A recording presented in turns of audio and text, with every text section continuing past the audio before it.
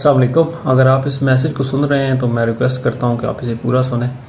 رمضان کا مہینہ آ چکا ہے، ہم لوگ بہت سی عبادات کرتے ہیں، تراویح پڑھتے ہیں، رمضان کے روزے رکھتے ہیں، فرض نماز جماعت کے ساتھ پڑھتے ہیں، بہت سے اور کام کرتے ہیں، قرآن مجید کا ختم کرتے ہیں، کچھ لوگ ایک سے زیادہ ختم بھی کرتے ہیں۔ اس دفعہ آپ تھوڑا سا ڈیفرنٹ یہ کام کریں کہ آپ اس دفعہ رمضان میں قرآن شریف کو جہاں پڑھتے ہیں وہاں آپ اسے سمجھ کے پڑھنا بھی شروع کریں۔ آپ ٹرانسلیشن پڑھ سکتے ہیں، تفسیر پڑھ سکتے ہیں، بہت سی کتابیں اس کی موجود ہیں۔ جو بھی معنی آپ کے ذہن میں آئے گا آپ نے اس کو سائٹ پر رکھنا ہے اور آپ نے ایسا راستہ نکالنا ہے جس میں آپ قرآن پہ غور و فکر کرنے کا، اس کو سمجھنے کا راستہ کھل سکے۔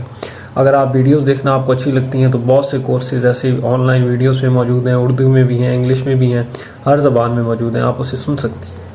اور اگر آپ دیکھنا سننا نہیں پسند کرتے تو بہت سی ایسی کتابیں موجود ہیں جو آپ پڑھ سکتے ہیں، اور اگر آپ کے پاس کتابیں نہیں ہیں تو آپ موبائل پہ بھی پڑھ سکتے ہیں۔ ہر جس کی تفسیر آپ کو چاہیے وہ آپ کو مل جائے گی، جو ٹرانسلیشن آپ کو چاہیے آپ کو مل جائے گی۔ لیکن اس دفعہ آپ لوگوں نے اپنے آپ سے یہ عہد کرنا ہے کہ قرآن مجید ہم لوگوں نے سمجھ پر پڑھنا ہے۔ یہ جو ہدایت کی کتاب ہمارے لیے ہے، ہم نے اپنے اس کے ساتھ رشتہ مضبوط کرنا ہے۔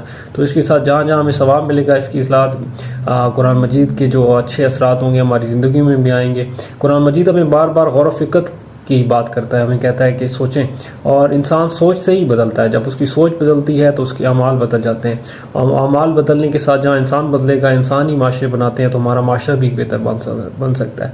تو کوشش کریں اس دفعہ آپ قرآن مجید کے ساتھ لگاؤ اور اس کے ساتھ رشتہ بہتر بنائیں اور اس کو سمجھ کر پڑھیں۔ بہت شکریہ۔